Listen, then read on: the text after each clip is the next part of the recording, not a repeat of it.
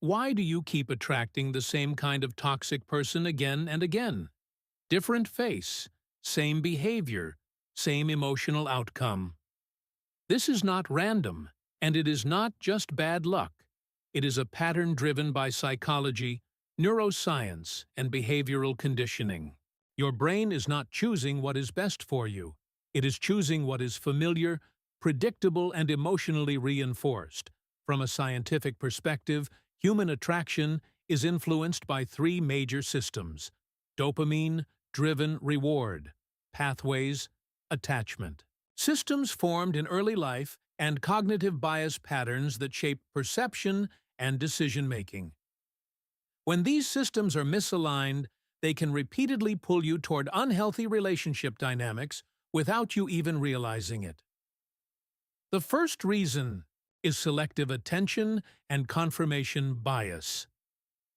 Your brain filters reality based on what it expects to see.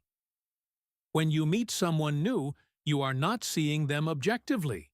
You are seeing a version of them shaped by your expectations, desires, and emotional needs. This is driven by the prefrontal cortex working together with memory systems in the hippocampus. If you are looking for connection, your brain will highlight positive traits and suppress warning signals. This is why early red flags are often ignored, because your brain is literally minimizing threat signals in order to maintain emotional reward. Over time, confirmation bias strengthens this effect because you begin to interpret behavior in a way that supports your initial belief that this person is good for you. The second reason is dopamine reward conditioning. Attraction, especially in early stages, activates the mesolimbic dopamine system, the same pathway involved in addiction. When someone gives you attention, affection, or unpredictability, your brain releases dopamine. But here is the important part. Unpredictable reward schedules release even more dopamine than consistent ones. This is known in behavioral psychology as intermittent reinforcement. Toxic individuals often create cycles of attention and withdrawal, which strengthens emotional attachment. Your brain becomes conditioned to chase the reward even when the overall experience is negative. This is not love. It is a neurochemical loop similar to gambling addiction. The third reason is attachment style formation. Attachment theory shows that early relationships, especially with caregivers, shape how you experience intimacy. If you developed an anxious attachment style, you may seek validation, fear, abandonment, and tolerate unhealthy behavior to maintain connection. If you developed an avoidant style, you may be drawn to emotionally unavailable partners because it reinforces your internal belief that closeness is unsafe. These patterns are stored in the limbic system and operate automatically without conscious awareness. This is why people often repeat relationship patterns even when they logically know better.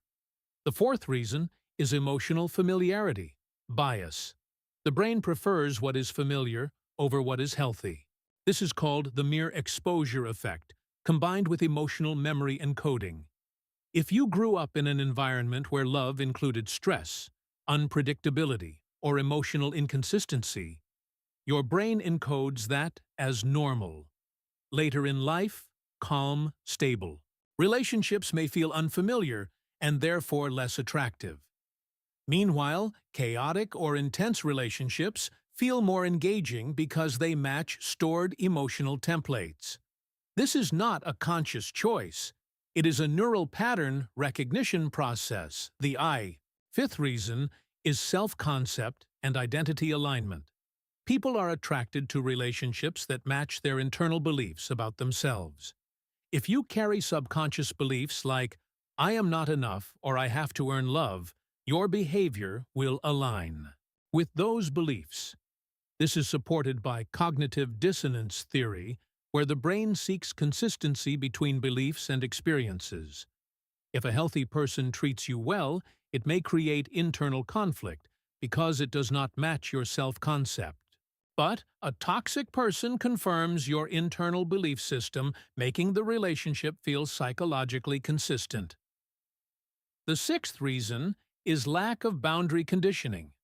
Boundaries are not just social rules, they are behavioral conditioning mechanisms. If you have not learned to set and enforce boundaries, your nervous system does not register violations as strongly. Over time, this reduces your sensitivity to disrespect or manipulation.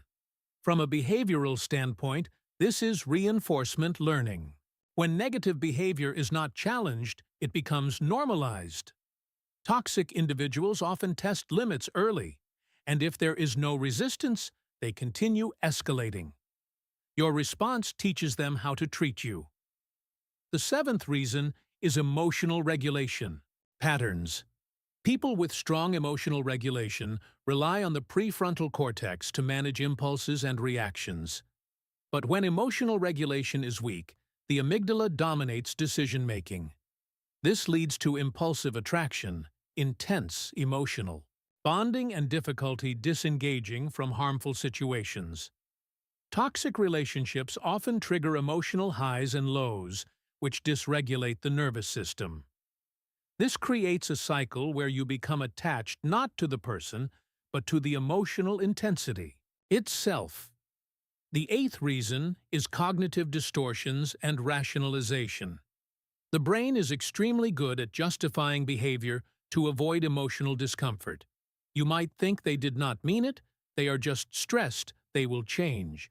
These are examples of cognitive distortions like minimization and rationalization. They protect you from immediate emotional pain, but keep you stuck in long-term negative patterns. This is why awareness alone is not enough. Behavioral change requires active interruption of these thought patterns. Now, the important question is, how do you break this cycle? From a psychological and behavioral standpoint, change requires three things: awareness, interruption, and reconditioning. First, awareness means recognizing the pattern. Without denial, second, interruption means stopping automatic responses, such as ignoring red flags or chasing validation. Third, reconditioning means building new habits, new boundaries, and new emotional responses through repetition. Neuroscience shows that the brain is plastic, which means it can change with consistent behavior. When you start making different choices, even small ones, you begin to weaken old neural pathways and strengthen new ones. Over time, your attraction patterns shift because your brain is learning a new definition of safety, connection, and reward. It is important to understand you are not attracting toxic people because you are weak. You are repeating patterns because your brain has been trained to do so. But once you understand the system, you are no longer controlled by it. The moment you start choosing awareness over impulse, boundaries over fear, and growth over familiarity, everything begins to change. And the type of people you attract will change with it, because, in the end, you do not attract what you want. You attract what you are conditioned to accept. And that means you have the power to change it.